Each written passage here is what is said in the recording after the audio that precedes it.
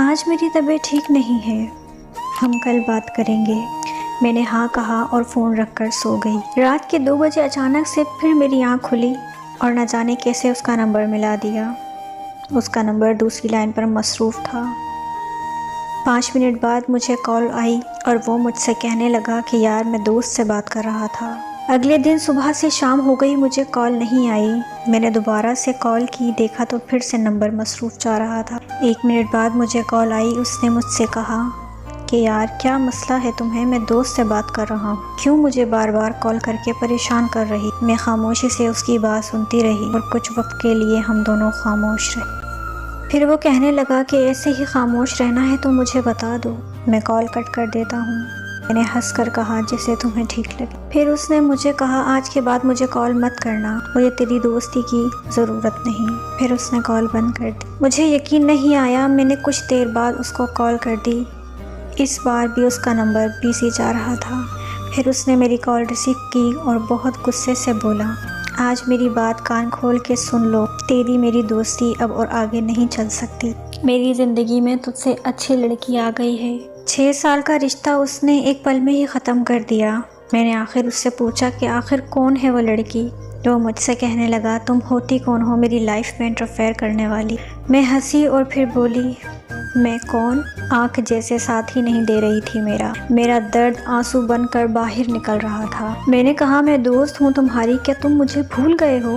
ہم نے اچھا برا ٹائم ساتھ گزارا ہے، ایسا تو نہیں کرو پلیز میرے ساتھ۔ اتنے میں اس کو کسی اور کی کال آئی اور اس نے میری کال کٹ کیے بغیر کال ریسیو کر لی۔ میں کچھ دیر گزرے تو کانفرنس پہ ایک آواز سنائی، وہاں سے لڑکی بولی ہاں بھائی تمہیں کیا مسئلہ ہے؟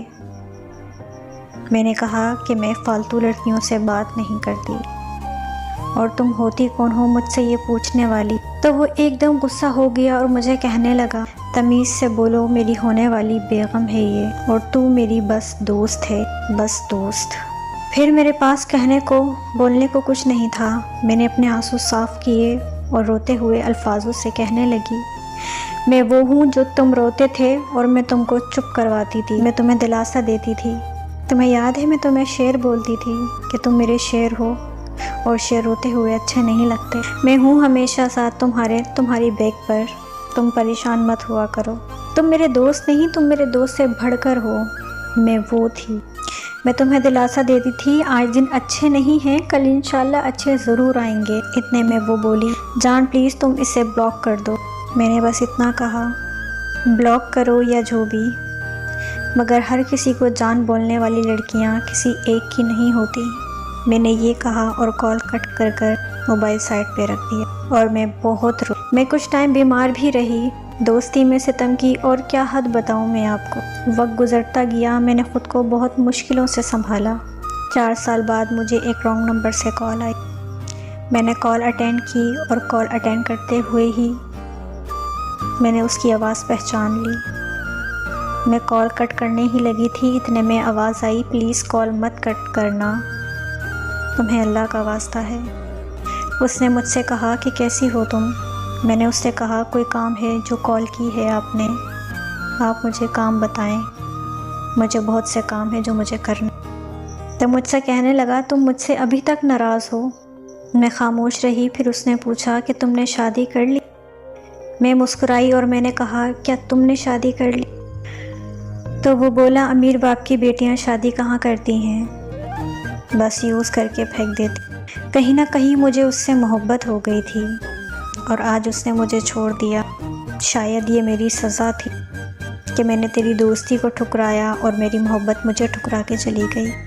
پھر میں نے کہا یہ سب باتیں بتانے کے لیے کال کی تھی مجھے؟